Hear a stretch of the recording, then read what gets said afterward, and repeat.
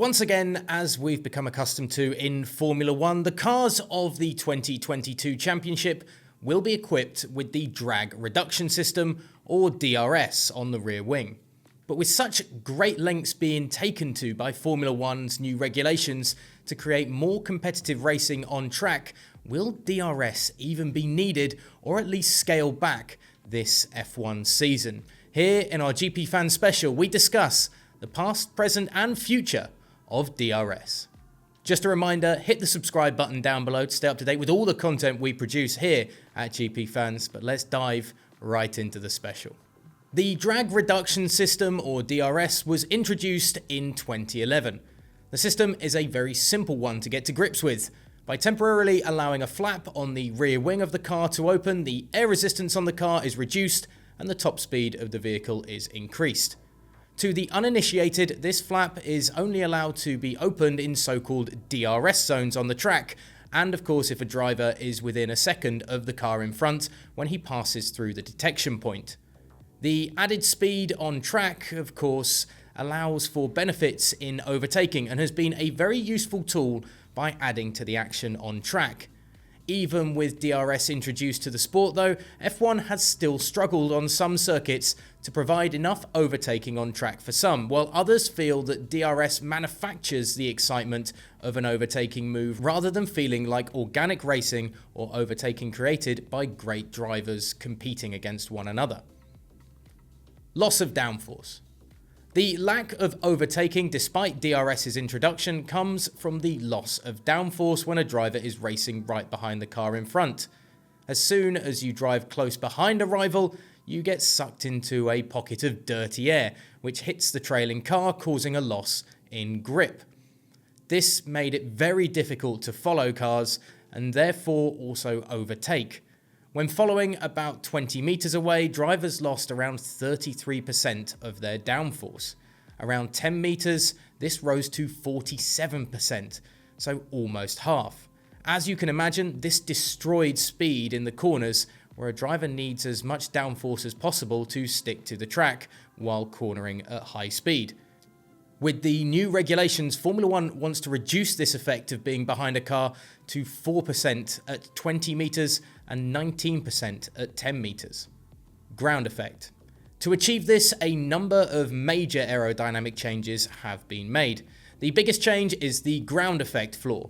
By placing two long tunnels under the floor, a much larger part of the downward force of the car will be generated by the underside of the car.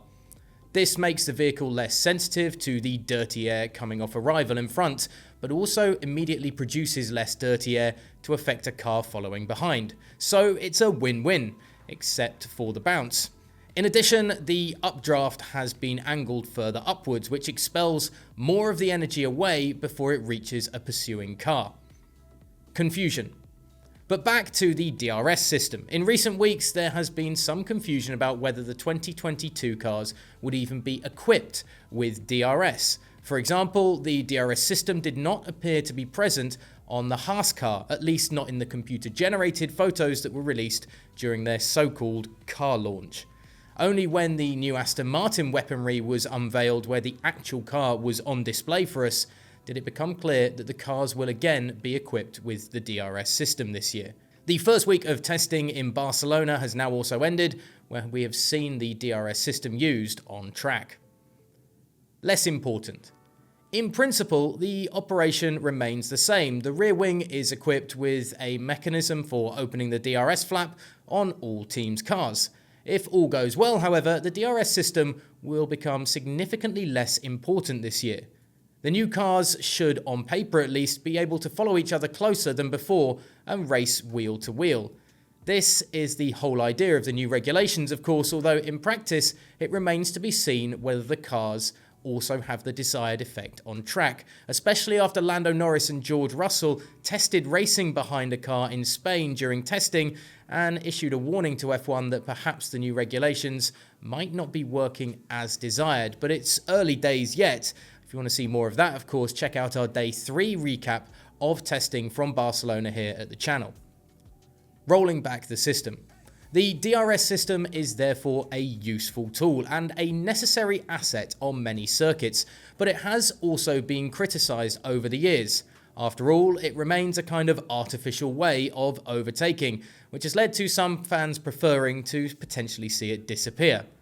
For those who aren't fans of the system, there is possible good news then for them. It cannot be ruled out that the use of DRS's system this year will be scaled back during the 2022 season, or perhaps even disappear altogether if the new regulations prove to have the desired effect on track. Removal from the sport. Aston Martin Technical Director Andrew Green has said, "It's up to the FIA to look at the circuits and determine if the DRS zones need to be modified. I think they will. I think it's going to work out where the cars can follow each other more easily. They don't need as much assistance from the DRS anymore. I think over time we will see DRS zones being shortened or even disappearing." So what are your thoughts on DRS? Is it artificial overtaking? Is it a necessary evil in Formula 1? Or is it just plainly a good thing for the sport? Let us know in the comments section below. Do you want to see it disappearing as we move through the 2022 season? And of course, to stay up to date with everything going on in that season, be sure to hit the subscribe button down below and stay with us here at GP Fans.